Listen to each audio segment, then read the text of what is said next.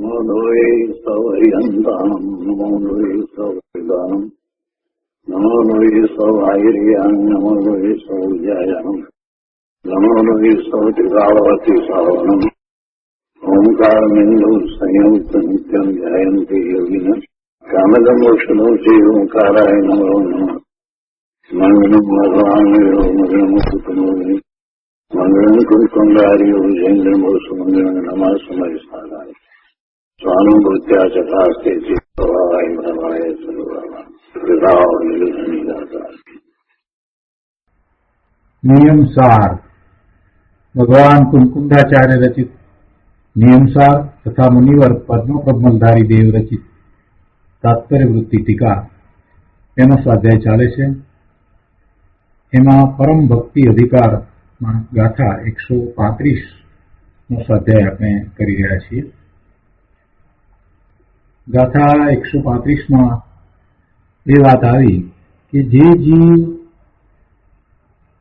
સિદ્ધ પુરુષોનો એટલે કે મોક્ષગત પુરુષોનો, જે મોક્ષમાં ગયા છે તેવા એટલે કે સિદ્ધ થયા છે એવા પુરુષોનો, એવા ભગવાન આત્માઓ, એમની એ સિદ્ધની દશા એને જાણીને, એના ગુણભેદ જાણીને એટલે કે એમની દશાને જાણીને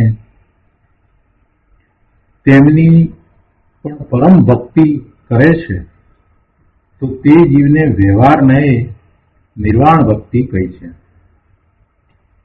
અને ટીકામાં મુનિરાજે એમ કહ્યું કે આ વ્યવહારને પ્રધાન સિદ્ધ ભક્તિના સ્વરૂપનું કથન છે.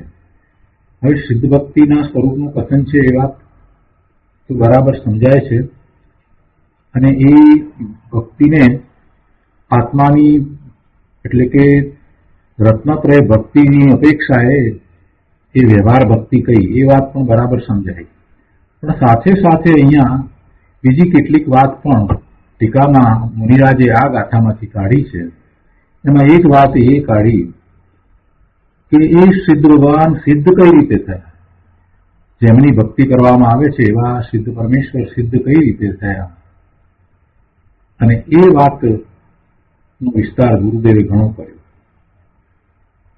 મૂળ ટીકામાં એમ કહ્યું કે એ જે સિદ્ધ થયા તે જે પુરાણ પુરુષો સમસ્ત કર્મક્ષયના ઉપાયના હેતુભૂત કારણ પરમાત્માને અભેદ અનઉપચાર રત્નત્રય પરિણતિથી સમ્યકપણે આરાધીને સિદ્ધ થયા.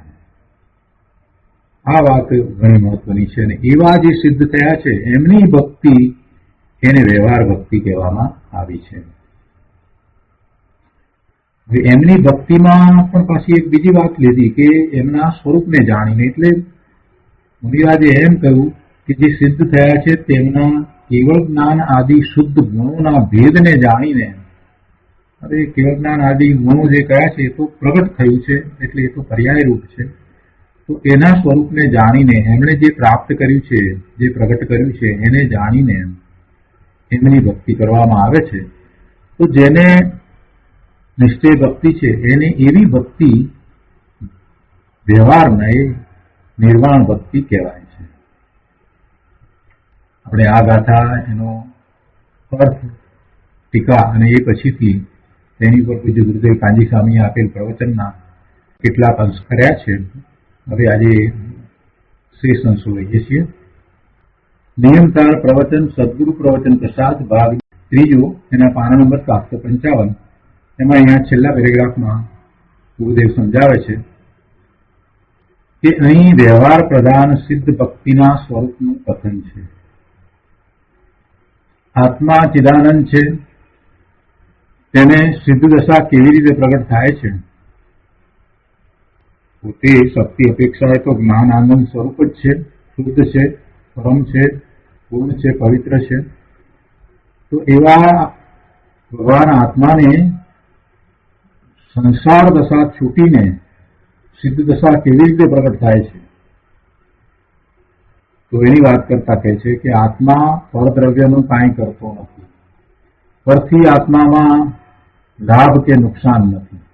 પરદ્રવ્યનું એ પોતે કાંઈ કરતો નથી અને પરદ્રવ્ય આત્મામાં કાંઈ કરતું નથી.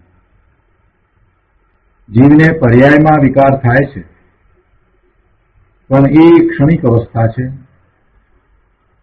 એ અવસ્થા આત્માના મૂળ શુદ્ધ સ્વરૂપને કોઈ રીતે નુકસાન પહોંચાડતી નથી. માત્ર એક એવી ક્ષણિક અવસ્થાને કારણે એને કર્મનો બંધ પડે છે અને પછી ભવનું ગ્રહણ થાય છે. પણ એથી કઈ આત્માનું મૂળ શુદ્ધ સ્વરૂપ છે એ કોઈ રીતે મલિન થતું નથી. એટલે એ જ રીતે જો શુભભાવ છે પુણ્યનો બંધ થાય છે તો તેનાથી પણ આત્માના શુદ્ધ સ્વરૂપને કાંઈ ફેર પડતો નથી અને માત્ર બંધ થાય છે એટલે સંસારનું જ ભ્રમણ થાય છે. એટલે ગમે તે અવસ્થા હોય શુભ કે અશુભ એનાથી સિદ્ધ દશા પ્રગટ થતી નથી. સિદ્ધની દશા એટલે મોક્ષ, એટલે એ મોક્ષ માર્ગ એવી વિતરાગી પર્યાયો એ કાંઈ પર્યાયમાંથી પ્રગટ થતી નથી, પણ સિદ્ધ દશા પ્રગટ તો આત્માના આશ્રય થાય છે. ત્રિકાળ દ્રવ્ય સિદ્ધ સમાન છે, એ શુદ્ધ છે, એમાંથી એ દશા પ્રગટ થાય છે. અહીંયા કહે છે કે આત્મા ચિદાનંદ છે તેને સિદ્ધ દશા કેવી રીતે પ્રગટ થાય છે? આત્મા પરદ્રવ્યનું કાંઈ કરતો નથી, પરથી આત્મામાં લાભ નુકસાન નથી, પર્યાયમાં વિકાર થાય છે, તેનાથી તો સિદ્ધ દશા પ્રગટ થતી નથી. પણ મોક્ષ માર્ગની પર્યાયમાંથી પણ સિદ્ધ દશા પ્રગટ થતી નથી. નિર્મળ પર્યાય થઈ, નિર્મળ પર્યાય એટલે કે વિતરાગી પરિણામ થયા હોય તે છતાં એ પર્યાયમાંથી પણ નવી નિર્મળ પર્યાય પ્રગટ થતી નથી, એટલે સિદ્ધ દશા પ્રગટ થતી નથી. ત્રિકાળ નિજ કારણ પરમાત્માના આશ્રયે સિદ્ધો થયા છે. સિદ્ધની દશા જે થઈ એ તો પોતાનું ત્રિકાળ શુદ્ધ સ્વરૂપ છે એને અનુસરીને થઈ છે. ત્રિકાળ નિજ કારણ પરમાત્માના આશ્રયે સિદ્ધો થયા છે. એમ સિદ્ધ ભક્તિ કરનાર પહેલા પ્રથમ જાણવું જોઈએ. સિદ્ધ ભક્તિ કરે છે પણ એ સિદ્ધના સ્વરૂપને સમજે ને સિદ્ધ કેવી રીતે થયા એની અહીંયા વાત લીધી કે જે સિદ્ધ થયા, અનંત સિદ્ધ થયા તો એ પોતે પોતાના ત્રિકાળી શુદ્ધ સ્વરૂપના આશ્રય ત્યાં એકાગ્રતા કરી, લીનતા કરી, આગળ વધીને સ્થિરતા કરી અને એમ એ સિદ્ધ દશાને પામ્યા. એટલે એ વાત જે સિદ્ધની ભક્તિ કરે છે એને પહેલા સમજવી જોઈએ. સિદ્ધની ભક્તિ એ શુભભાવ છે એ ન કરવાની વાત નથી, પણ સિદ્ધની ભક્તિ કરનારે સિદ્ધના સ્વરૂપને અને સિદ્ધ દશા કેવી રીતે પ્રાપ્ત થાય એ વાતને પ્રથમ જાણવી જોઈએ.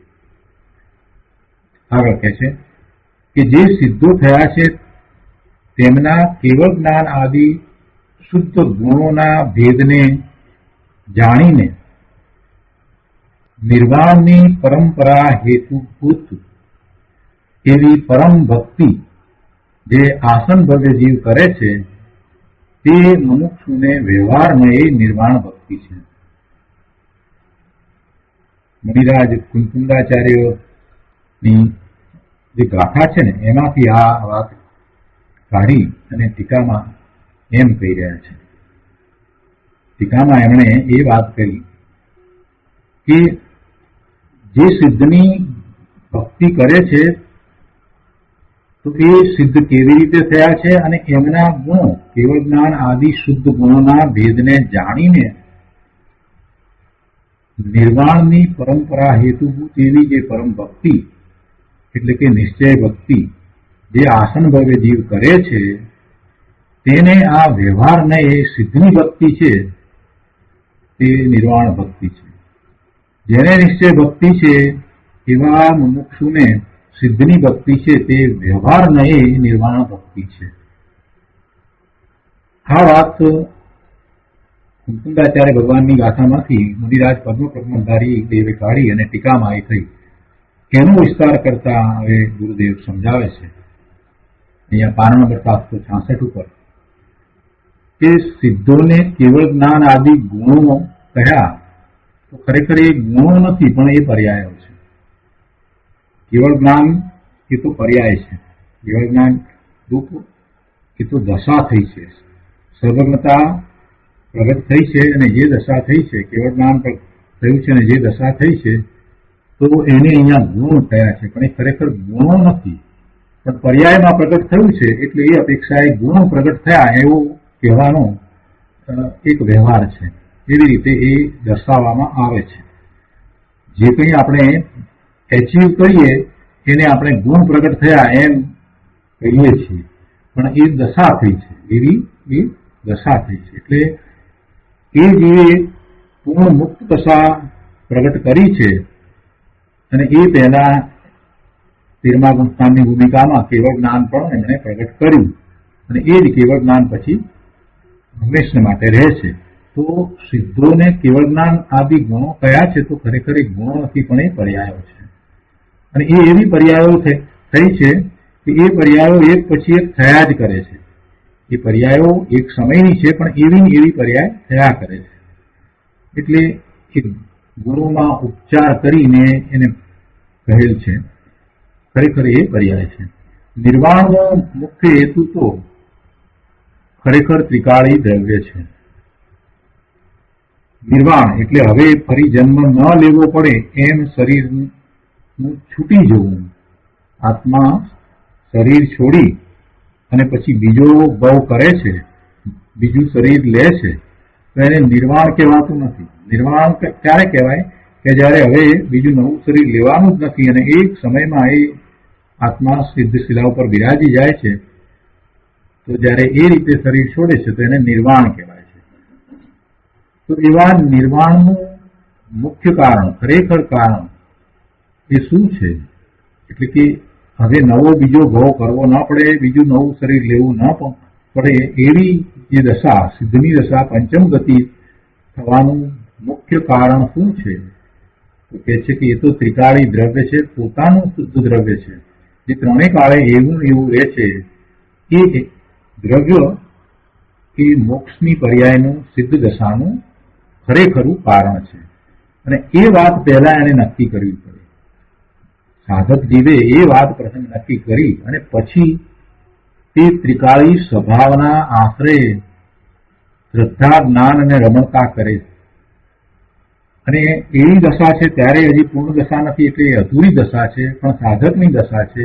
ત્યારે એને એ શુભભાવ આવે છે અને શુભભાવ આવે છે તો જે પૂર્વે સિદ્ધ થઈ ગયા છે એમના ગુરુને યાદ કરીને એમની એ દશાને બરાબર સમજી અને સ્વીકારીને કે આવું સિદ્ધત્વ હોય છે, આવું કેવળ જ્ઞાન હોય છે અને અનંત જીવોએ એ પ્રગટ કર્યું છે, એમ એ સિદ્ધના ગુણોની ભક્તિ કરે છે.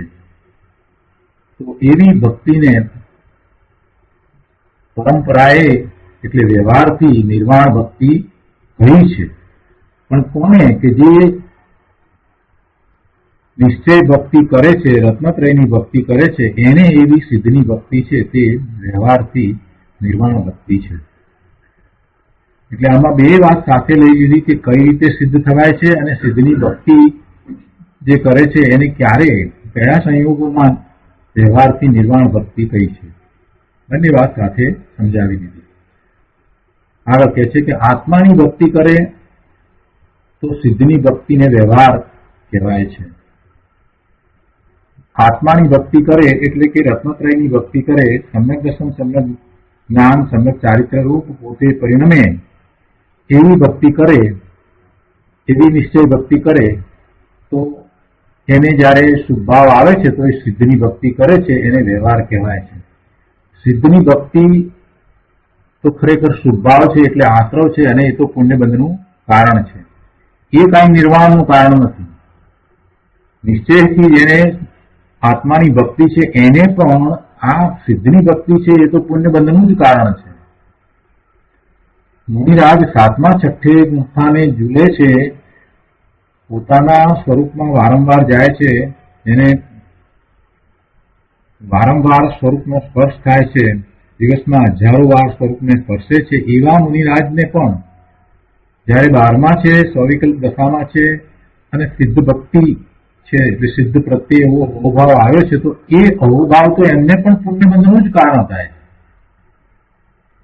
એમને પણ એ સ્વભાવ છે, એ આશ્રવ છે અને એ પુણ્યબંધનું કારણ છે. અને અને એ આશરો છે માટે જ એ મુનિરાજ, 7મા 6ઠા ગુણસ્થાનની ભૂમિકાવાળા મુનિરાજ એ શુભ ભાવને પોતાના પુરુષાર્થની નબળાઈ કહે છે. ઘણી વાર આ વાત આવી છે કે એ એમ માને છે કે આ તો પોતાના પુરુષાર્થની નબળાઈ છે, 6ઠે ગુણસ્થાને છે અને 5 મહાવ્રત છે, એની સભાનતા વગેરે છે, એવો શુભ વિકલ્પ છે, તો એને એ પ્રમાદ કહે છે, એને એ પ્રમતપણું કહે છે, એને પોતાના પુરુષાર્થની નબળાઈ માને છે. શા માટે એમ માને છે? કેમ કે એ દ્વારા એમને પુણ્યનો બંધ પડે છે.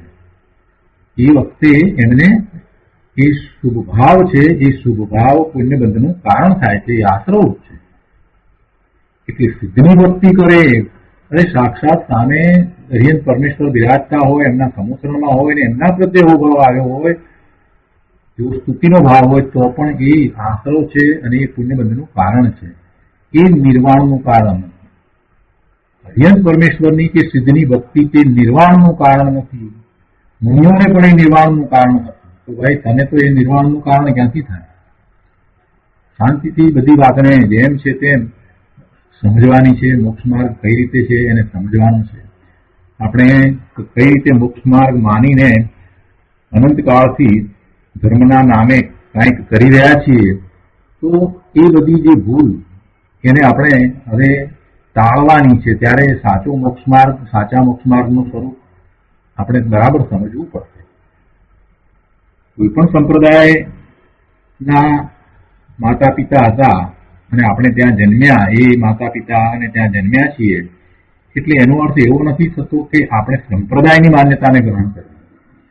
આપણે તો જીનેશ્વર ભગવાને જે પરમ સત્ય પ્રકાશ્યું છે એ માન્યતાને ગ્રહણ કરવાની છે. એટલે કોઈ અપેક્ષાથી ક્યાંક વાત એવી કરી દીધી હોય કે ભગવાનની ભક્તિ કરતા કરતા મોક્ષ થઈ જાય, તો એમ એ વાતને એકાંતે પકડી ન લેવી, એનો મર્મ સમજવો જોઈએ. અને શાસ્ત્રમાં આગમમાં જે વાત કહેવામાં આવી છે એને જેમ છે તેમ ગુરુ મિત્રાએ સમજવી જોઈએ. અહીંયા બહુ સ્પષ્ટ કહી દીધું છે કે ભાઈ આ ભક્તિ ન કરવું એવું અમે નથી કહેતા. સિદ્ધની ભક્તિ ન કરવી કે હરિયન પરમેશ્વરની ભક્તિ ન કરવી એવી કોઈ અહીંયા વાત છે જ નહીં. પણ એ આશ્રવ છે, એ શુદ્ધાવ છે, તે આશ્રવ છે. મુનિરાજમાં પણ એ આશ્રવ છે. એ નિર્વાણનું કારણ નથી. એ નિર્વાણનું કારણ નથી. પણ આત્માની ભક્તિ વાળાને, જેને નિશ્ચય ભક્તિ વર્તે છે, એવા જીવને માટે પરંપરાએ હેતુ કહેલ છે. વ્યવહારથી એને નિર્વાણ ભક્તિ કહી છે. ખરેખર એ નિર્વાણનું કારણ નથી. આગળ કહે છે, શુદ્ધ રત્નત્રય વડે પોતાના આત્મ સ્વભાવની પરમ ભક્તિ તે નિર્વાણનું સાક્ષાત કારણ છે. શુદ્ધ રત્નત્રય વડે સમ્યક દર્શન, સમ્યક જ્ઞાન, સમ્યક ચારિત્રના વિતરાગી પરિણામ થાય છે.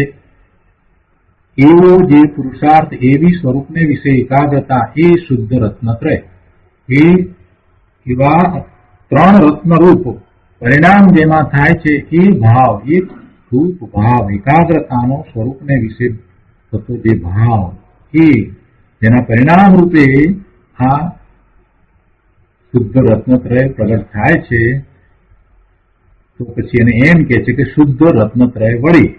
ખરેખર તો એવું એનો એકાગ્રતાનો ભાવ છે અને એના પરિણામ સ્વરૂપ સમ્યક દર્શન, સમ્યક જ્ઞાન, સમ્યક ચારિત્રની પર્યાય થાય છે.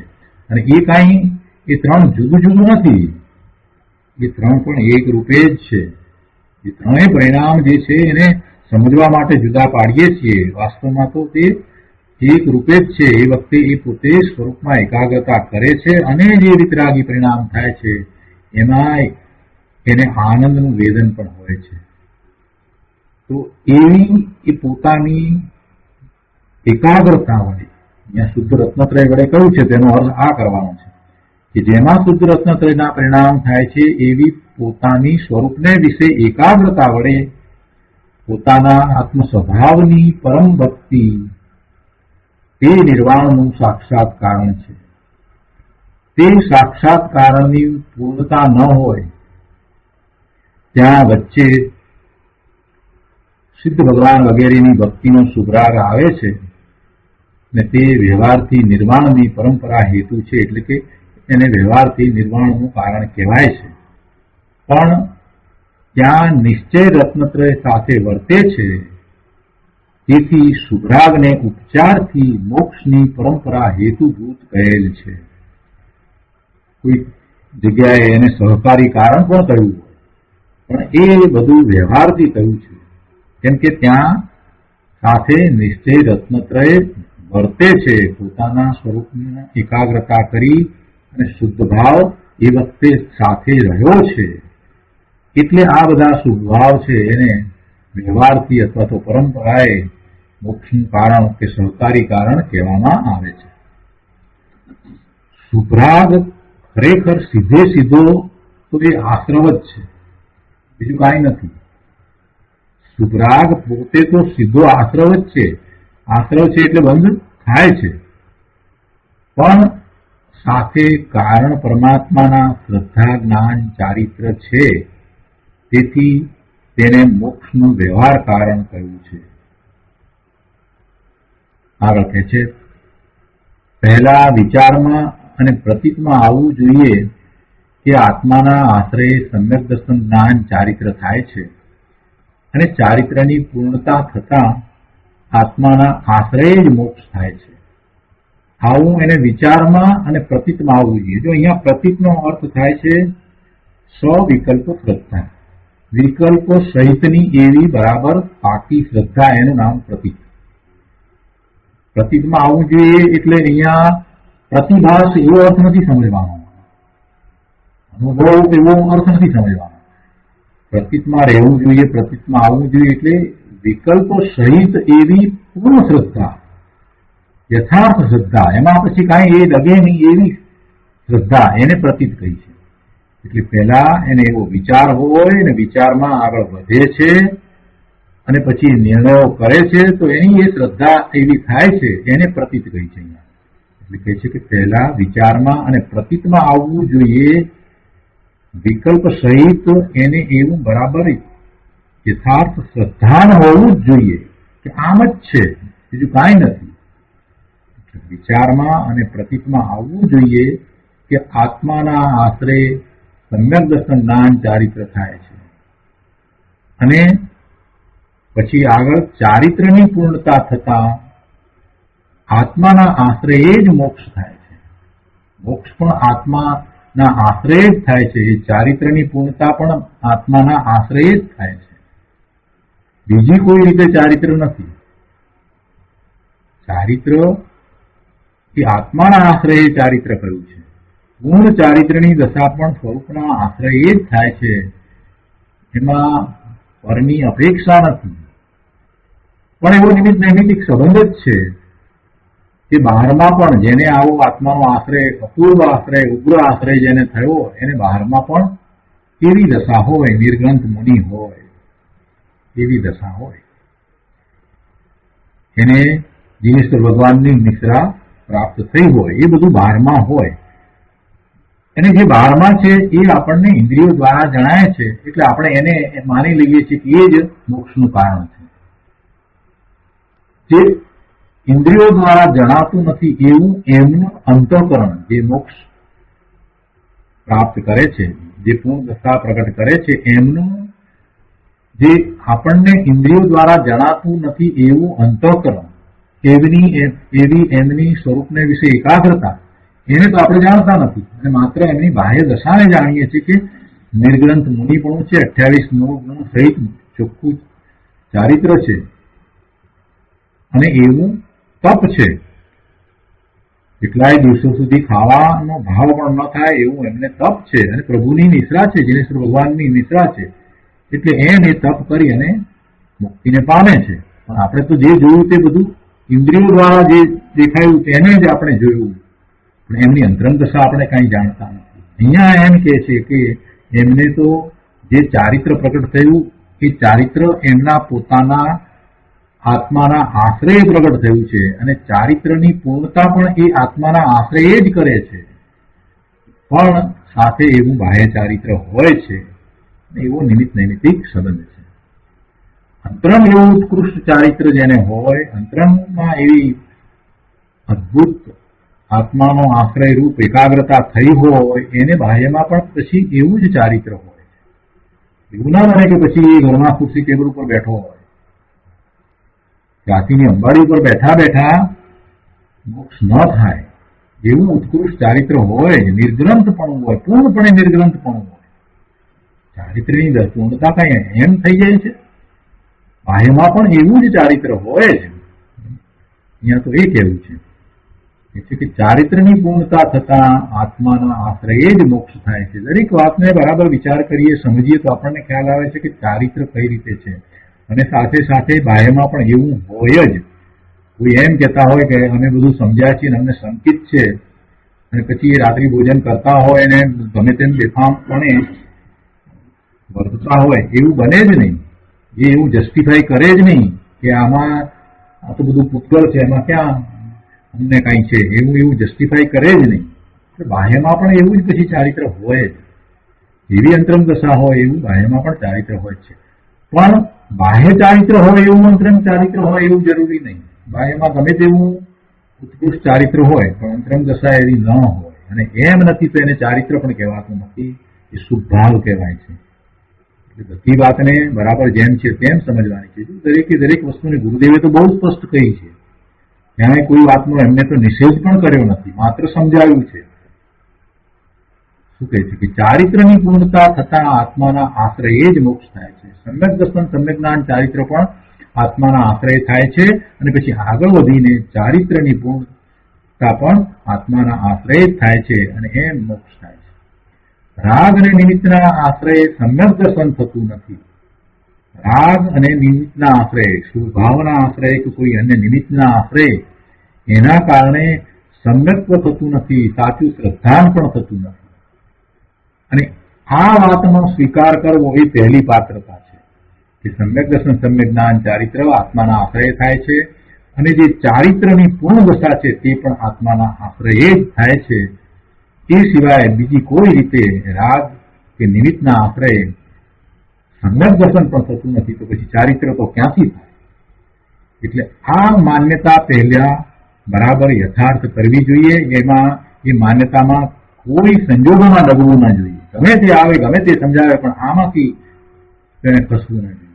અને એ પહેલી પાત્રતા છે. એમ માનવું તે પ્રથમ પાત્રતા છે. હજી આ વાતનો જો સ્વીકાર ના થયો હોય અને એ કોઈ પણ પ્રકારે વ્રત તપ કરવા માંડે તો એથી કઈ ચારિત્ર થતું નથી. આ પાત્રતા છે, આ સાચી પાત્રતા છે. સમ્યક દર્શન પહેલા આવો વિચાર અને પ્રતીત વર્તે છે તો તે સમ્યક દર્શન જ્ઞાન ચારિત્ર પ્રગટ કરી અને પછી આગળ વધીને ચારિત્રની પણ એવી ઉત્કૃષ્ટ દશા આત્માના આશ્રય પ્રગટ કરી અને સિદ્ધ દશા પ્રગટ કરશે. સમ્યક દર્શન પ્રગટ કરે તો વિચાર પ્રતીતને નિમિત્ત કહેવાય છે. સમ્યક દર્શન પ્રગટ કરે તો એની જે સ્વવિકલ્પ શ્રદ્ધા અને એનું જે ચિંતન છે એને નિમિત્ત કહેવાય છે. પણ વિચાર અને પ્રતીતમાં જ રાગને કારણ અને ક્રિયાકાંડથી સમ્યક દર્શનાથી થશે એમ માને તે તો વ્યવહારે પણ પાત્રતા વાળો નથી. એના વિચારમાં જ એમ હોય કે શુભભાવથી પોતાને સમ્યક દર્શન થશે. એની પ્રતીતમાં એટલે સ્વવિકલ્પ શ્રદ્ધામાં એને એમ હોય કે હું ભગવાનની ભક્તિ કરીશ તેથી મને સમ્યક દર્શન થશે કે મુક્તિ પ્રાપ્ત થશે. તો આ માન્યતા જે છે એ ખોટી માન્યતા છે. એટલે એની પાત્રતા બરાબર નથી. એટલે એ પાત્રતાને વ્યવહારે પણ પાત્રતા કહી નહીં. પાત્રતાની વ્યાખ્યા ગુરુદેવે અહીંયા કરી છે. બહુ શાંતિથી સમજવાની વાત છે. જો એવી મોટી માન્યતા હોય કે શુભભાવ કરતા કરતા મને શુદ્ધ ભાવ થઈ જશે તો એ જીવ પાત્ર નથી. એવી માન્યતા કરવા વાળો, એવી પ્રતીતમાં રહેવા વાળો જીવ પાત્ર નથી. હવે પાત્રતાનો વિચાર આ રીતે કરીએ તો આપણને ખ્યાલ આવે કે ક્યાં ભૂલ થાય છે. શું કહે છે? બહુ શાંતિથી વિચાર કરવા જેવું છે. આ બહુ જ મહત્વની વાત છે. પ્રતીતની વાત કરી. પ્રતીત એટલે કે એવી વિકલ્પ સહિતની એવી શ્રદ્ધા. તો શ્રદ્ધા તો સાચી હોવી જોઈએ ને, વિકલ્પ સહિતની શ્રદ્ધા. અનુભવ થયા પછી જે શ્રદ્ધા છે એ તો સમ્યક શ્રદ્ધા છે, એની તો વાત જ નથી અહીંયા લીધી, એની વાત તો પછી. પણ પહેલા એ જે શ્રદ્ધા, જે સમ્યક શ્રદ્ધા, સમ્યક જે પ્રગટ કરવું છે એને માટે પહેલા જે દ્રઢ નિર્ણય થવો એ શ્રદ્ધા, એટલે વિકલ્પ સહિતની જે શ્રદ્ધા, એવી જે પ્રતીત અને એવું વિચાર ધ્યાન, એટલે કે એવું પોતાનું ચિંતન, આ બધું તો યથાર્થ હોવું જોઈએ ને. ગમે તેવું કંઈક ચિંતન કરવા બેસી જાય ને ગમે તે પ્રકારની એ શ્રદ્ધા લઈ અને એમ માની લે કે આ મોક્ષનો માર્ગ છે ને આમાં મને મુક્તિ થશે, તો પછી ક્યાંથી થશે? ગુરુદેવે એ વાત કરી છે કે સમ્યક દર્શન પહેલા આ જે વાત કરી એ પ્રમાણે તેના એવા વિચાર ને એવી પ્રતીત વર્તે, સાચી શ્રદ્ધા હોય, એ બધું હોય, તો પછી એવો જ એવો પુરુષાર્થ કરીને સમ્યક દર્શન જ્ઞાન ચારિત્ર પ્રગટ કરશે અને પછી ચારિત્રનો પુરુષાર્થ આગળ વધારીને સિદ્ધ દશા પ્રગટ કરશે. પણ સમ્યક દર્શન પ્રગટ કરે તો એનો એ વિચાર અને એની એ પ્રતીત છે એને નિમિત્ત કહેવાય છે. પણ એ વિચાર અને પ્રતીતમાં જ ઊંધાઈ છે, એમાં જ વિપરીતતા છે, એમાં એ રાગને કારણ માનતો હોય, એમાં શુભભાવને ધર્મનું કારણ માનતો હોય, મુક્તિનું કારણ માનતો હોય અને ક્રિયાકાંડથી સમ્યક દર્શન આદિ થશે એમ જો માનતો હોય તો એને વ્યવહારે પણ પાત્રતા નથી. વ્યવહારથી નિશ્ચય થાય એમ માનનાર તો સ્થૂળ મિથ્યા દ્રષ્ટિ છે. શુભભાવથી શુદ્ધ ભાવ થાય એમ માનનાર તો સ્થૂળ મિથ્યા દ્રષ્ટિ છે. સૂક્ષ્મ મિથ્યા દ્રષ્ટિ નહીં, સ્થૂળ મિથ્યા દ્રષ્ટિ છે. તે તો પાત્રતા વાળો પણ નથી. આ પાત્રતા કેળવવાની છે, આવી પાત્રતા હોવી જોઈએ. તત્વના નિર્ણય વિના આવી પાત્રતા હોઈ શકે છે. તત્વનો નિર્ણય તો આવા દ્રવ્યસૂચના અભ્યાસ દ્વારા થાય. સામાન્ય ધર્મના પુસ્તકો વાંચી જઈએ જેની અંદર ખૂબ બધા ઉદાહરણો આપવામાં આવ્યા અને વાર્તાઓ આપવામાં આવી હોય, અત્યારે સાધુઓ ઘણા આવા પુસ્તકો લખે છે, એ વાંચવાથી કે આવી પાત્રતા ન થાય. આગમનો અભ્યાસ કર્યા વિના આવી પાત્રતા આવે નહીં. મૂળ વાતને જ્યાં સુધી સમજીએ નહીં ત્યાં સુધી આવી પાત્રતા થાય નહીં. ચિદાનંદ એક રૂપ આત્માનું સ્વરૂપ છે, તેમાંથી મોક્ષની પર્યાય વહે છે. એવા દ્રવ્યનું અવલંબન કરતા કલ્યાણ થાય એવી પ્રતીતિ થવી જરૂરી છે. એવી યથાર્થ શ્રદ્ધા, એવી દ્રઢતા, એવો નિર્ણય થવો એ બહુ જ જરૂરી છે. અને સાથે ને સાથે બીજા પણ સિદ્ધાંત નો પણ સ્વીકાર થવો જોઈએ. દ્રવ્યની સ્વતંત્રતાનો સ્વીકાર થવો જોઈએ. જીવનું અકર્તાપણું, પરને વિશે એનું અકર્તાપણું, એનો પણ એને સ્વીકાર થવો જોઈએ. અને એ બધું છે તો પછીથી એનો પુરુષાર્થ સાચા માર્ગે થાય છે અને સમ્યક દર્શન પ્રગટ કરે છે, તો એનું કલ્યાણ થાય છે.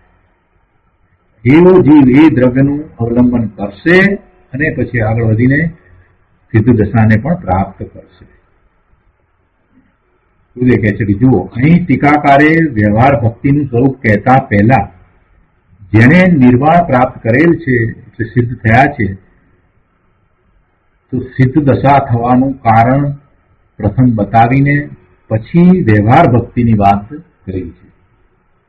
વ્યવહાર ભક્તિમાં સિદ્ધની ભક્તિની વાત કરી, પણ તેમાં એમ બતાવ્યું કે પોતે જેની ભક્તિ કરે છે તે સિદ્ધ ભગવંતો તો કારણ પરમાત્માને અભેદ રત્નત્રયથી આરાધીને જ સિદ્ધ થાય છે.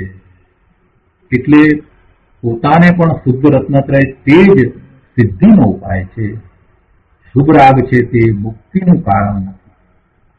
જેની એ ભક્તિ કરે છે એનો જો વિચાર કરે તો એ સિદ્ધ પરમેશ્વરે કેવી રીતે એ સિદ્ધ દશાને પ્રગટ કરી છે અને જેવી રીતે એમણે સિદ્ધ દશાને પ્રગટ કરી છે એવી રીતે પોતાને એ વાત સ્વીકાર્ય હોય જ, હોવી જ જોઈએ. નહીં તો એ શેની ભક્તિ કરે છે?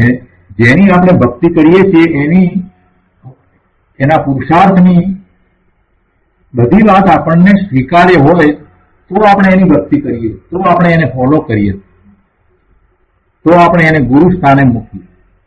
પણ આપણને એની વાત સ્વીકાર્ય ન હોય, એનો પુરુષાર્થ સ્વીકાર્ય ન હોય, એમણે જે મહેનત કરી હોય, જે કંઈ કર્યું હોય એ આપણને સ્વીકારે ન હોય તો પછી એમના પ્રત્યે ભક્તિ ક્યાં રહી? ભક્તિ કરીએ છીએ એનો અર્થ જ એ છે કે એમનો પુરુષાર્થ આપણને સ્વીકારે છે, એમની શ્રદ્ધા, એમની માન્યતા, એમણે જે પ્રાપ્ત કર્યું, એમ કે જે માર્ગે ચાલ્યા, એ બધું આપણને સ્વીકારે છે, તો જ આપણે એમની ભક્તિ કરીએ. સિદ્ધની ભક્તિનો અર્થ જ એ થયો. બહુ સરસ વાત ગુરુદેવ અહીંયા મૂકી કે ભાઈ તું સિદ્ધની ભક્તિ કરે છે, પણ સિદ્ધ જે થયા છે એ કઈ રીતે થયા છે એ તો તું વિચારતોય નથી, એ વાતને તો તું સ્વીકારતોય નથી, અને તું ભક્તિ કરવા ચાલ્યો છે તો એમાં ક્યાં તારી ભક્તિ રહી? હજી આગળ ઘણી સ્પષ્ટતાઓ કરી છે. ગુરુદેવ અહીંયા કહે છે કે કોઈ કહે કે વ્યવહારથી નિશ્ચય પ્રગટે, ધીરે ધીરે આગળ વધતા વધતા પછી નિશ્ચય પ્રગટ થશે. અત્યારે નિશ્ચયની વાત રહેવા દો, ના વ્યવહાર આટલો કરો. એ બધા વ્યવહાર કોને કહે છે? આ બધા જે કહે છે ને એ વ્યવહાર એમ કહે છે કે જે સામાન્ય રીતે આપણે જે આપણી સામાન્ય જે પરિચર્યા જે છે ને એની અંદર જે સત્ય બોલવું કે સત્ય આચરણ કરવું, આ બધું જે છે ને એને એ બધા વ્યવહાર કહે છે. સામાન્ય રીતે જે પાપથી બચવું વગેરે જે ભાવ છે ને એને જે માત્ર વ્યવહાર સમજે છે. સાચો વ્યવહાર એ સમજ્યા નથી, અને એને પાત્રતા સમજે છે. એવી પાત્રતા તો ઘણા જીવોને હોય, એમાં તો જે જૈન મતમાં નથી એવા બધા જીવોને પણ એવી પાત્રતા તો એ વ્યવહાર નથી, વ્યવહારના સ્વરૂપને નથી સમજ્યા ને એટલે એનો જ ઉપદેશ આપે છે કે ભાઈ તમે શ્રદ્ધા રાખો, ઈશ્વરમાં શ્રદ્ધા રાખો, તમે ભગવાનની ભક્તિ કરો, તમે વાર તહેવારે કાંઈક કે એકાસના ઉપવાસ વગેરે કરો, અને કોઈને છેતરશો નહીં, કોઈની આવી બધી જે વાત કરે છે, જે બધી વાત બધી એ તો બહુ સામાન્ય વાત છે, એ તો સહજ વસ્તુ છે, એ તો હોવું જ જોઈએ. 7 વ્યસનોનો ત્યાગ કરીને તો શાસ્ત્ર વાંચન માટેની યોગ્યતા પ્રાપ્ત થાય. 7 વ્યસનનો ત્યાગ કરીને તો શાસ્ત્રને સાંભળવાની યોગ્યતા પ્રાપ્ત થાય. 7 વ્યસનનો ત્યાગ નથી એ તો શાસ્ત્રને સાંભળવા માટે પણ યોગ નથી. આ તો બધી પહેલાની વાત છે, પૂર્વ ભૂમિકાની વાત છે. સ્કૂલમાં જતો હોય તો એને છોકરાને પહેલા એમ કે રહી એને શર્ટ ને ચડ્ડી પહેરતા શીખવાડવું જોઈએ ને, એની જાતે એના કામો કરે એટલી તો એકતા હોય તો સ્કૂલ વાળા એને બેસાડે અંદર, નહીં તો બેસાડે નહીં. આ તો એના જેવી વાત થઈ, પણ એ કઈ યોગ્યતા નથી. યોગ્યતા શું છે? યોગ્યતા તો એ અભ્યાસ કરી શકે છે એવી યોગ્યતા હોવી જોઈએ, અને રુચિ છે એ એની યોગ્યતા છે. અહીંયા એને વ્યવહારની જે વાત કરી છે, આ લોકો જે બધા બારમાં વ્યવહાર કરીને જે વાત કરે છે, આ પહેલા હોય એટલે આવો વ્યવહાર હોય પછી એ બધી નિશ્ચય હોય, તો એ ખરેખર વ્યવહારને સમજ્યા નથી, એટલે એ બિચારા જીવ એ રીતે વાત કરે છે. એ વ્યવહારની વાત નથી. વ્યવહાર તો એને કહ્યો છે કે જેને નિશ્ચય છે એને સાથે જે છે એ વ્યવહાર છે. એટલે એ નિશ્ચય નથી, અને કોઈકનો જે નિશ્ચય વાળાનો જે વ્યવહાર છે એને જોઈ અને એ એનું અનુકરણ કરે તો એમ કેવું છે કે એ વ્યવહાર થતો. જેને નિશ્ચય ભૂમિકા પ્રગટ કરી છે અને એની જે કંડક્ટ છે, એનો જે વ્યવહાર છે, એને જ માત્ર એ જાણે અને એ પ્રમાણે પોતે પણ એવો વ્યવહાર કરે તો એને વ્યવહાર કહેવાતો નથી, એ શુભભાવ છે.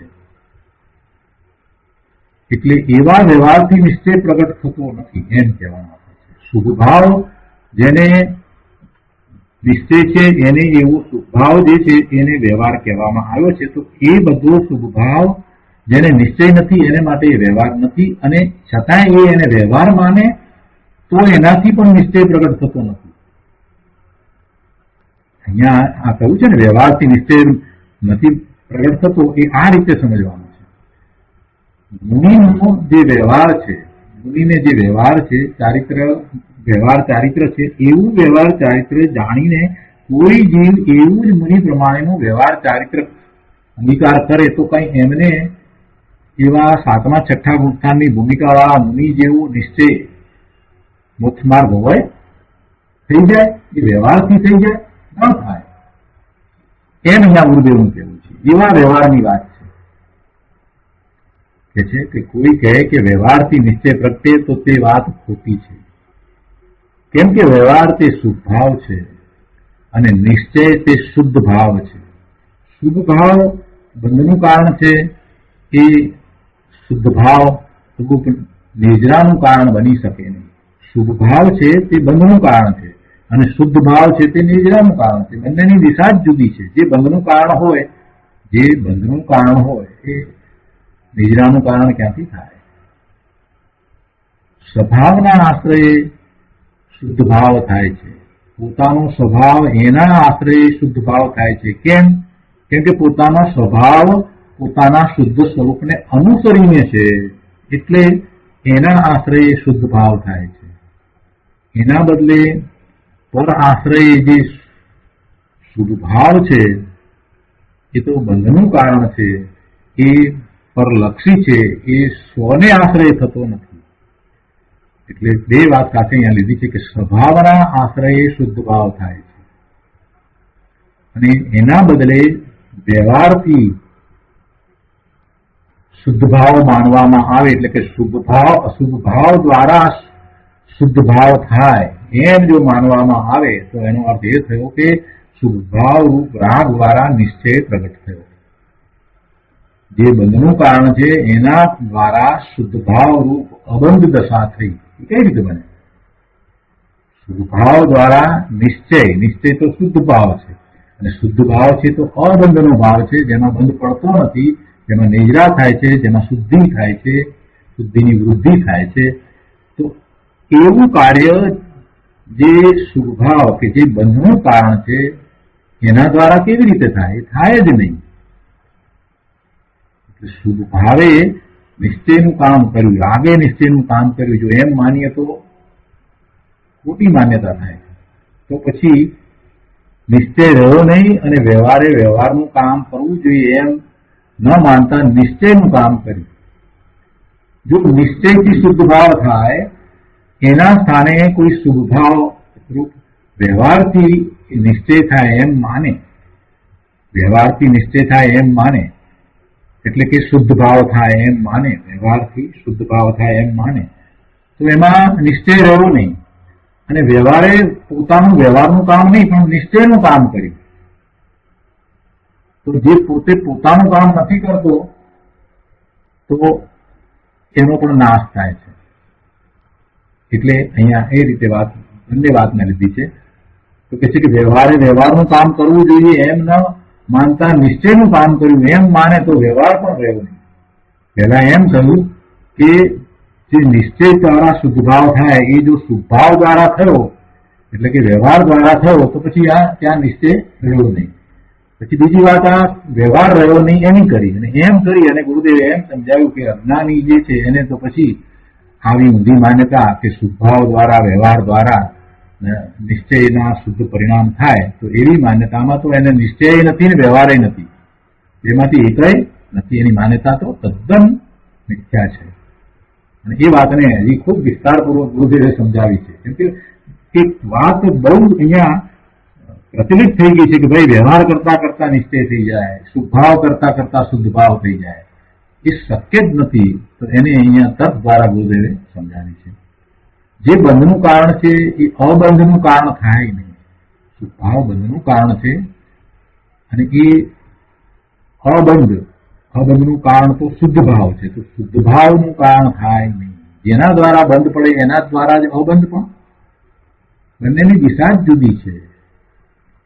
અહીંયા સમજાવે છે કે મુનિરાજ કહે છે કે સિદ્ધ ભક્તિનો રાગ આવે છે તેને પરંપરાએ કારણ કહ્યું છે. બ્રહ્મધારી દેવે ટીકામાં એમ કહ્યું અહીંયા કે સિદ્ધ ભક્તિનો શુભ ભાવ આવે છે તેને પરંપરાએ કારણ કહ્યું છે. એટલે તે ખરેખર કારણ નથી. પરંપરાએ કારણ કહ્યું છે એટલે એ ખરેખર કારણ નથી. કેમ કે નિશ્ચય અને વ્યવહાર એમ બે જુદા જુદા છે, બે મળીને એક નથી. નિશ્ચય જેને છે એને આ શુભભાવ છે એની ઉપર આરોપ આપી અને વ્યવહાર કહેવામાં આવે છે. એટલે નિશ્ચય અને વ્યવહાર બંને જુદા છે, એ બે મળીને એક નથી. અને સિદ્ધ ભક્તિને વ્યવહારથી અથવા તો પરંપરાથી તે મુક્તિનું કારણ કહ્યું છે કે જેને નિશ્ચયથી આત્માની ભક્તિ છે તેને. તો એ નિશ્ચય છે એને આ વ્યવહાર કહેવાયો છે. એટલે નિશ્ચય અને વ્યવહાર એ બંને જુદા જુદા છે, એ બે મળી એક નથી. બે છે તો બંનેના વાચ્ય પણ બે જ હોય ને. એ બે છે અને જે આ શબ્દ વ્યવહાર શબ્દ અને નિશ્ચય શબ્દ એ વાચક શબ્દ છે. તો એ નિશ્ચય જે શબ્દ છે વાચક શબ્દ એનું વાચ્ય, એના દ્વારા આપણને શું ખ્યાલ આવે છે એ વાચ્ય. એવી રીતે વ્યવહાર શબ્દ જે વાચક શબ્દ છે તો એના દ્વારા જે આપણને ખ્યાલમાં આવે છે એવું એનું વાચ્ય. વાચ્ય અને વાચક પાછું યાદ કરાવું સાકરના ઉદાહરણથી કે સાકર તે શબ્દ છે એ લખેલો હોય કે બોલાયેલો હોય પણ એ શબ્દ છે. એ શબ્દમાં કઈ સાકર નથી અને એનું વાચ્ય સાકર શબ્દ એ વાચક શબ્દ છે અને એનું વાચ્ય શું છે તો પેલો સફેદ મીઠો ગામડો એ એનું વાચ્ય છે. તો એવી રીતે કોઈ પણ શબ્દ છે વાચક શબ્દ છે અને એ વાચક શબ્દ શેને એ પ્રદર્શિત કરે છે, પ્રગટ કરે છે, શું જણાવે છે, કઈ તરફ લઈ જાય છે એ એનું વાચ્ય છે. નિશ્ચય શબ્દ છે વાચક શબ્દ છે અને એનું વાચ્ય, અને વ્યવહાર શબ્દ છે તે વાચક શબ્દ છે એને એનું વાચ્ય. તો એ બંને બે પ્રકારના વાચ્ય હોય જ. બે શબ્દ છે, બે જુદા છે, બંનેના વાચ્ય પણ જુદા છે. હવે કહે છે કે ત્રિકાળના આશ્રય થાય તે નિશ્ચય.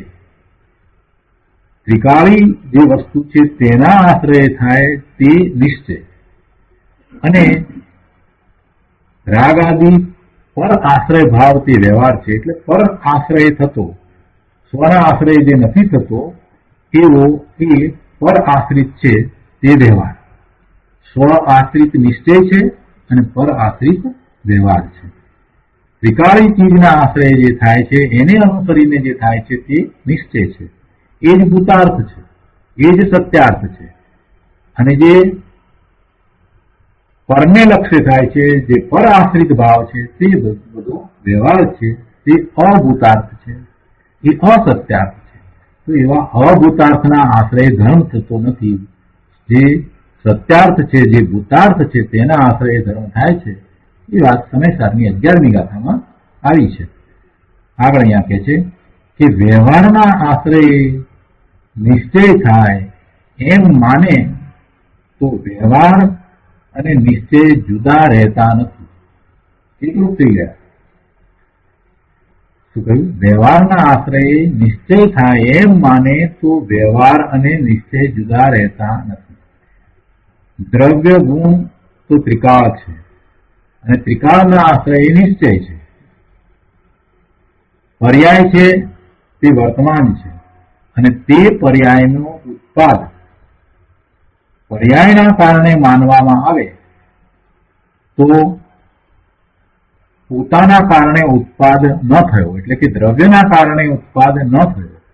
દ્રવ્ય ગુણ જે છે એના કારણે પર્યાય થાય છે. નવી નવી અવસ્થા તો એ દ્રવ્ય ગુણની થાય છે.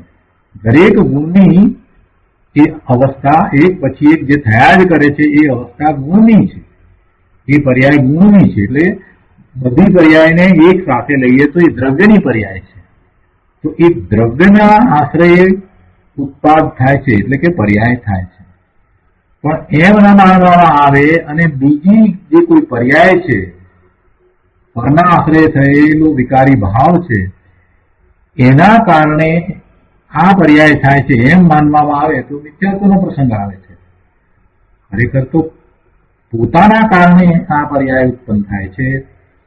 પોતે દ્રવ્ય ગુણ છે એવું પોતાનું તત્વ છે અને એના કારણે પોતાની આ પર્યાય થાય છે. તો પર્યાયનો ઉત્પાદ જે છે એનું મૂળ કારણ તો ત્રિકાળી દ્રવ્ય છે, ત્રિકાળી ગુણો છે. વર્તમાન પર્યાય જે છે એ પર્યાયનો ઉત્પાદ જો પરના કારણે માનવામાં આવે તો પોતાના કારણે ઉત્પાદ ન થયો. એટલે પોતાનો અને પરનો બંનેનો માન્યતામાં નાશ થાય છે. સિદ્ધ ભક્તિનો સુભાવ છે તે વ્યવહાર છે. સિદ્ધ ભક્તિનો શુભ ભાવ છે, સિદ્ધ પરમેશ્વરની ભક્તિનો જે ભાવ તે શુભ ભાવ છે તે વ્યવહાર છે. તેનાથી નિર્વાણ થાય તો દ્રવ્યના આશ્રય શુદ્ધ પર્યાય થાય છે તે રહ્યું નહીં. નિર્વાણ તો શુદ્ધ ત્રિકાળી દ્રવ્યના આશ્રય થાય છે. શુદ્ધ દ્રવ્ય છે તો શુદ્ધ દશા થાય છે, શુદ્ધ પર્યાય થાય છે. એટલે નિર્વાણ સુધીની છેલ્લી વાત લઈ લીધી. નિર્વાણ થાય ત્યાં સુધી સમ્યક દર્શન, સમ્યક જ્ઞાન, સમ્યક ચારિત્રની પર્યાય એ બધી પણ નિર્મળ પર્યાય છે. પણ પૂર્ણ દશારૂપ જે પર્યાય થાય, નિર્વાણ થાય એવી જે દશા થાય એ પણ ત્રિકાળી શુદ્ધ દ્રવ્યના આશ્રય થાય છે. કેમ કે ત્રિકાળી શુદ્ધ દ્રવ્ય શુદ્ધ છે તો પર્યાય શુદ્ધ, પૂર્ણ શુદ્ધ પર્યાય થાય છે. પણ હવે એના સ્થાને તમે જે શુભ ભાવ છે, સિદ્ધ ભક્તિનો જે શુભ ભાવ છે, એના કારણે નિર્વાણ થાય એમ માનો તો શું થાય?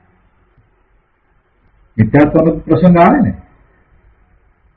જે શુદ્ધ નથી, જે પોતે શુદ્ધ નથી અને શુભ છે, એ શુભ જે બંધનું કારણ છે અને જે ક્ષણિક છે, જે પર્યાય છે, એમાંથી નવી શુદ્ધ પૂર્ણ પર્યાય કેવી રીતે થાય? એટલે સિદ્ધ ભગવાનની ભક્તિનો શુભ ભાવ છે, એ વ્યવહાર છે અને એનાથી નિશ્ચય રૂપ શુદ્ધ દશા, પૂર્ણ શુદ્ધ દશા કોઈને થાય નહીં, એ શક્ય જ નથી. બહુ સરસ રીતે તર્કપૂર્વક સમજાવ્યું છે. શાંતિથી બધી વાતને સમજવાની જરૂર છે કે સિદ્ધ ભક્તિનો શુભ ભાવ છે તે વ્યવહાર છે. તેનાથી નિર્વાણ ન થાય. તેનાથી નિર્વાણ થાય તો દ્રવ્યના આશ્રયે શુદ્ધ પર્યાય થાય છે એ વાત તો પછી રહી જ નહીં. રાગે અરાગી પર્યાય કરી એમ થયું. સુભાવ એટલે રાગ, અને સુભાવે રાગ રહિત આ શુદ્ધ પર્યાય પ્રગટ કરી, નિર્વાણની પર્યાય પ્રગટ કરી એમ માનવામાં આવ્યું. રાગે અરાગી પર્યાય કરી. હવે પોતે જે રાગ છે, પોતે રાગ છે, એ અરાગી પર્યાય કેવી રીતે પ્રગટ કરે? રાગે અરાગી પર્યાય કરી એમ માનવામાં આવે. અને એમ માનીએ તો પછી શું થયું? તો રાગની પર્યાય પણ સ્વતંત્ર રહેતી નથી. રાગ તો છે ને, રાગ અરાગી પર્યાય કરે એટલે પછી રાગ એ રહેતો નથી. સ્વતંત્ર રાગ સ્વતંત્ર છે એ પણ રહેતું નથી. રાગની પર્યાય જે થઈ તે સ્વતંત્ર છે એ પણ રહેતું નથી. એક પર્યાય બીજી પર્યાયને કરતું જ નથી. મૂળ વાત તો આ પકડવાની છે. અરે આ તો રાગની પર્યાયની વાત કરી, પણ નિર્મળ પર્યાય થઈ હોય તો એ નિર્મળ પર્યાય પણ બીજી નિર્મળ પર્યાય કરતું નથી. નિર્વાણની પર્યાયને એ કરતું નથી. એટલે અહીંયા ગુરુદેવ આ બધી વાતને તર્ક દ્વારા સમજાવીને કહે છે કે આમ નિશ્ચય વ્યવહારની ઊંધી માન્યતામાં મિથ્યાત્વ થવાથી આત્માની સાચી પર્યાયનો નાશ થાય છે. એટલે કે એવી નિર્મળ પર્યાય થતી નથી. નાશ થાય છે એટલે કે નિર્મળ પર્યાય પછી થતી જ નથી. નિશ્ચય વ્યવહારની ઊંધી માન્યતાને કારણે તને ભાઈ એવા નિર્મળ પરિણામ થતા નથી એમ કેવું છે. હજી આગળ એ વાતને સમજાવી છે. કહે છે કે નિશ્ચય વ્યવહારના યથાર્થ સ્વરૂપને સમજ્યા વિના ધર્મ થાય એમ નથી. લોકો કહે છે કે ગૃહસ્થ તો પૈસાવાળા છે. એક સરસ વાત મૂકી છે. એમ કે છે કે ગૃહસ્થ તો પૈસાવાળા છે, પણ પૈસા તો જડ છે, તે આત્મા નથી. આત્મા તો પૈસાની મમતા કરવા વાળો છે. એ પૈસા વાળો નથી, એ પૈસાની મમતા કરવા વાળો છે. આત્મા ચેતન એ પેલા જળ એવા પૈસાને ક્યાં રાખી શકે છે કે ગ્રહણ કરી શકે છે? આત્મા જો એને રાખી ગ્રહણ કરી શકતો હોય તો એ સાથે લઈને જાય ને બીજા ભાવમાં, પણ અહીંયા મૂકીને જાય. એ શું લઈને જાય છે? મમતા રાખે છે. મમતાને કારણે જે બંધ પડ્યા એવા કર્મ બંધને લઈને જાય છે. આત્મા તો પૈસાની મમતા કરવા વાળો. કોઈ પણ શેઠ પૈસા વાળો નથી, પણ મમતા કરે છે તો તે મમતા વાળો છે. એના ઉપરથી ધર્મની વાતને અહીંયા સમજાવી છે. અહીં તો કહે છે કે આ વાત તો બહુ દૂર રહી, પણ જે શુભ ભાવ જે સિદ્ધની ભક્તિનો થાય છે તેને પણ વ્યવહારે ભક્તિ કહી છે. અને વ્યવહાર કહેતા જ નક્કી થાય છે કે તે ભક્તિ બંધનું કારણ છે. એ ભક્તિ બંધનું કારણ છે. પણ જેની મુક્તિ નજીક છે એવા જીવને નિશ્ચય ભક્તિ અંતરમાં પ્રગટી છે તો તેને વ્યવહારે પરંપરાએ નિર્વાણ ભક્તિ કહેવામાં આવે છે. અત્યારે ઘણા લોકોની એવી પણ માન્યતા છે કે વ્રત આદિ શુભ ભાવ હમણાં કરો પછી સ્વર્ગમાં જઈ પછી ત્યાંથી મહાવિદેયમાં જઈશું અને ત્યાં સમ્યક દર્શન પ્રગટ કરશું. શું માન્યતા છે ઘણા લોકોની કે હમણાં આપણે વ્રત આદિ શુભભાવ કરો અને પછી સ્વર્ગમાં જઈએ અને સ્વર્ગમાં જઈએ અને પછી ત્યાંથી મહાવિદેયમાં જઈશું અને ત્યાં સમ્યક દર્શન પ્રગટ કરશું. તો આમ માનનારને હજુ વ્યવહાર શ્રદ્ધાના પણ ઠેકાણા નથી. કેમ વ્યવહાર શ્રદ્ધાના ઠેકાણા નથી? જો અહીંથી સ્વર્ગમાં જાય બરાબર અને પછી મહાવિદેયમાં મનુષ્ય થાય તો મનુષ્યના પરિણામ કોને થાય? એને એવો સંભાવ વર્તતો હોય ને એને મનુષ્યના પરિણામ થાય. સ્વર્ગમાં જે ગયો છે મિથ્યા દ્રષ્ટિ સ્વર્ગમાં જઈ અને શું કરે? ત્યાં શારીરિક દુઃખ તો નથી એટલે એ તૃષ્ણામાં એસણામાં જ રહે છે.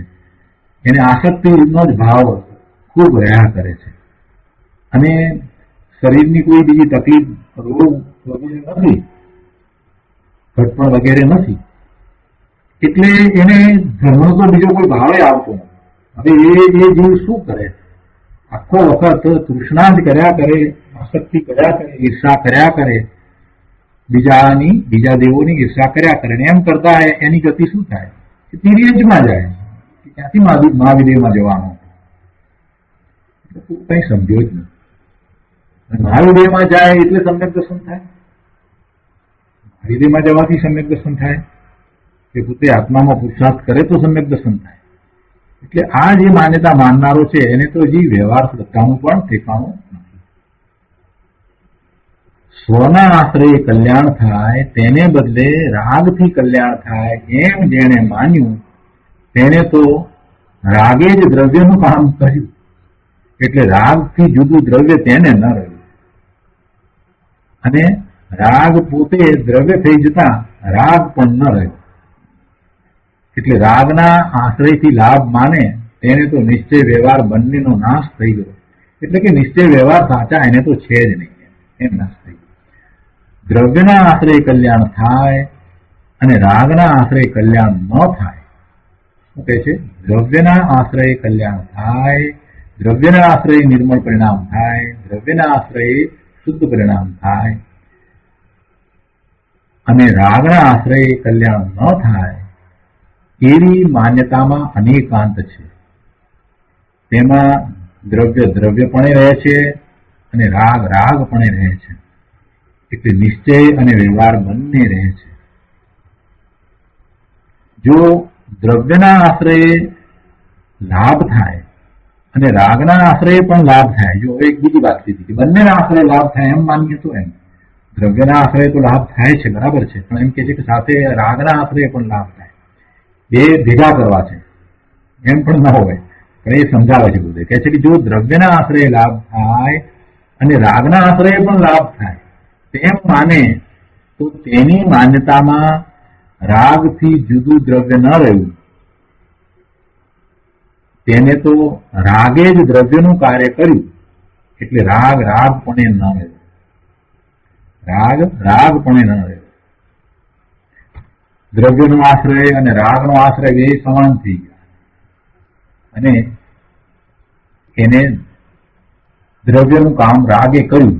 એટલે રાગથી જુદું દ્રવ્ય પણ ન રહ્યું અને એ રીતે એને પણ નિશ્ચય વ્યવહાર બંનેનો નાશ થઈ જાય. એટલે એની પણ માન્યતા ખોટી ઠરે, એની માન્યતા પણ ખોટી ઠરે. તો આ નિશ્ચય વ્યવહારની ખૂબ સરસ વાત કરી છે અને એના પછીથી નિમિત્ત ઉપાદાનની પણ થોડીક અહીંયા વાત લીધી છે, પણ આજે આપણે સાથે લઈ રહીએ છીએ. ગુરુદેવ કહે છે કે જો લાકડી ઊંચી થાય તે ઉપાદાન, લાકડી ઊંચી થાય છે તો એ એના કારણે થાય છે, એ ઉપાદાન કહીએ. અને આંગળીનો સંયોગ તે નિમિત્ત છે. આંગળી અથવા હાથનો સંયોગ તે નિમિત્ત છે. હાથથી લાકડી ઊંચી થઈ તો હાથથી નથી થઈ, લાકડી ઊંચી થઈ છે તો એનું ઉપાદાન કારણ લાકડી પોતે છે, કેમ કે કાર્ય લાકડીને વિશે થયું છે. અને એ વખતે નિમિત્ત શું હતું? એ આંગળી હતી કે હાથ હતો. તો એ સંયોગ એ નિમિત્ત છે. લાકડી ઊંચી થાય તેમાં એનું ઉપાદાન કારણ લાકડી પોતે છે અને આંગળી અથવા તો હાથનો જે સંયોગ એ નિમિત્ત છે. હાથથી લાકડી ઊંચી થઈ એમ કેવું તો એમાં હાથ અથવા આંગળી જે છે તે નિમિત્ત છે. એ વાતને અહીંયા ગુરુદેવે રહી અને નિમિત્ત ઉપાદાનની સરસ વાત સમજાવી છે. ગુરુદેવ કહે છે કે જો હવે જો આંગળીએ લાકડીને ઊંચી કરી હોય તો ત્યાં લાકડીની સ્વતંત્ર પર્યાયનો ઉત્પાદ ન રહ્યો. આંગળી લાકડીને ઊંચી કરે તો પછી લાકડીનું કાર્ય તો ન રહ્યું ને, એ કાર્ય આંગળીનું થઈ ગયું. આંગળી લાકડીને ઊંચી કરે તો લાકડી ઊંચી તો થઈ, તો એ લાકડીનું કાર્ય ઊંચા થવાનું જે થયું એ લાકડીનું કાર્ય ન થયું, પણ એ આંગળીનું કાર્ય થઈ ગયું. એટલે લાકડીની સ્વતંત્ર પર્યાયનું ઉત્પાદન રહ્યું. એટલે લાકડીનું કામ આંગળીએ કર્યું, ત્યાં લાકડીનો ઉત્પાદ ન રહ્યો. એટલે કે લાકડીની પર્યાય જે થાય, ઊંચા થવા રૂપ જે નવી પર્યાય થઈ, એ પર્યાય લાકડીનું ન રહી, એનો ઉત્પાદ જ ન થયો. એમ થયું લાકડીની પર્યાયનો ઉત્પાદ ન થયો. એટલે ઉપાદાનનો નાશ થયો. કેમ ઉપાદાનનો નાશ થયો? પછી ઉપાદાન ના કરવા પણ શું રહ્યું? જે કહ્યું એ તો કાર્ય તો બધું આંગળીનું જ થઈ ગયું. કાર્ય તો આંગળીનું થઈ ગયું. એટલે એમ એ લાકડી જે ઉપાદાન માન્યું છે એમ એ ઉપાદાનનો નાશ થયો. તથા આંગળીએ લાકડીના ઉપાદાનનું કામ કર્યું તો ત્યાં આંગળી નિમિત્તપણે ન રહી, ઉપાદાનપણે થઈ ગયું. આંગળી નિમિત્તપણે ન રહી, પણ એ ઉપાદાન થઈ ગયું. એટલે નિમિત્તનો પણ નાશ થયો. નિમિત્ત ન રહ્યું, એ ઉપાદાન જ થઈ ગયું. એટલે નિમિત્તથી ઉપાદાનનું કાર્ય થાય એમ માનનારની માન્યતામાં ઉપાદાન અને નિમિત્ત બંનેનો નાશ થાય છે. એટલે કે એની માન્યતા ખોટી છે. ઉપાદાન અને નિમિત્ત વિશેની એની બંને માન્યતાઓ ખોટી ઠરે છે. જો એ એમ માને કે નિમિત્તથી ઉપાદાનનું કાર્ય થાય એમ માને તો એ માનનારની માન્યતામાં ઉપાદાન નિમિત્ત બંનેનો નાશ થાય છે.